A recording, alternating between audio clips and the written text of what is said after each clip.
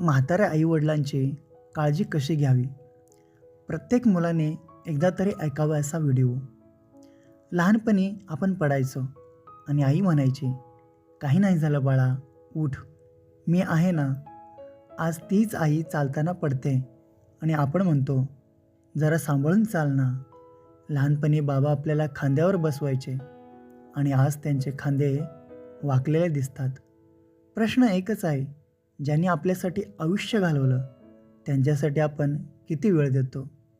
आजचा हा व्हिडिओ प्रत्येक मुलासाठी आहे, कारण म्हातारपण हे दुसरं बालपण असतं आणि त्या बालपणाला आपल्या आधाराची गरज असते. वेळ देणं म्हणजे प्रेम देणं. आजकाल आपण खूप बिझी असतो. ऑफिस, व्यवसाय, मोबाईल, सोशल मीडिया. पण विचार करा, आईवडील दिवसभर काय करतात. ते दरवाजाकडे बघत असतात, तुम्ही केव्हा घरी याल म्हणून. त्यांना फक्त 10-15 मिनिटे हवी असतात. त्यांच्यासोबत बसा, त्यांच्या जुन्या आठवणी ऐका. त्याच कथा कदाचित त्यांनी 10 वेळा सांगितल्या असतील, पण त्यांना पुन्हा सांगण्यात आनंद मिळतो. त्यांच्यासाठी तो भूतकाळ म्हणजे त्यांचा खजिना असतो. मोबाईल बाजूला ठेवा आणि त्यांना मनापासून ऐका. आरोग्याची जबाबदारी. वय वाढलं की शरीर साथ देणं कमी होतं. गुडघे दुखतात, डोळ्यांना नीट दिसत नाही, कानाला कमी ऐकू येतं. पण ते सांगत नाहीत. का? कारण त्यांना वाटतं आपल्या मुलाला त्रास नको. त्यांची नियमित तपासणी करा, वेळेवर औषधं द्या, त्यांना चालायला घेऊन जा आणि सगळ्यात महत्त्वाचं, त्यांच्या वेदनाकडे दुर्लक्ष करू नका. स्वाभिमान जपा. म्हातारपण म्हणजे ओझं नाही. कधीकधी आपण म्हणतो, तुम्हाला काय कळतंय आता. ही एकच ओळ त्यांचं मन तोडते. त्यांना निर्णयात सामील करा. घरात त्यांना सन्मान द्या. त्यांना वाटायला हवं, मी अजूनही महत्त्वाचा आहे, कारण त्यांनीच तुम्हाला उभं केलेलं आहे. भावनिक आधार.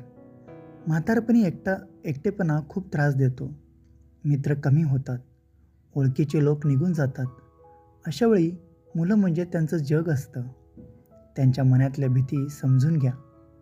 त्यांना कधीकधी फक्त कोणीतरी ऐकणार हवा असतो. त्यांच्या डोळ्यात बघा, तुम्हाला त्यांची न बोललेली वेदना दिसेल. त्यांच्यासोबत आठवणी तयार करा. त्यांच्यासोबत फोटो काढा, छोटी सहल काढा, त्यांना त्यांच्या आवडीचा पदार्थ करून द्या. एकत्र जुन्या अल्बम्स पहा. लक्षात ठेवा, उद्या हे क्षणच आठवणी बनतील. आर्थिक आणि सुरक्षितेची काळजी. त्यांना पैशासाठी कधीही हात पसरवू लावू देऊ नका. त्यांचा खर्च व्यवस्थित बघा. त्यांना सुरक्षित वाटायला हवं. घरात त्यांच्यासाठी स्वतंत्र जागा, आरामदायक वातावरण असू द्या. एक मुलगा होता. आईवडील गावात राहायचे. तो शहरात मोठा झाला. नोकरी, घर, गाडी सगळं मिळालं, पण आईवडिलांना वेळ नव्हता. एक दिवस फोन आला, बाबांची तब्येत गंभीर आहे. तो धावत गेला, पण उशीर झाला होता. बाबांच्या हातात एक चिठ्ठी होती. बाळा, तुझी खूप आठवण येते, वेळ मिळाला तर ये. त्या दिवशी त्याला सगळं मिळूनही रिकामं वाटलं, कारण वेळ परत येत नाही. आईवडील कायमचे नसतात. एक दिवस घरात त्यांचा आवाज थांबतो आणि मग उरतो तो फक्त पश्चाताप. म्हणून वेळ असताना त्यांच्याजवळ बसा, त्यांच्या पायाला स्पर्श करा आणि सांगा, आई बाबा, तुमच्यामुळेच मी आहे. कारण आईवडिलांची सेवा म्हणजेच देवाची खरी पूजा आहे.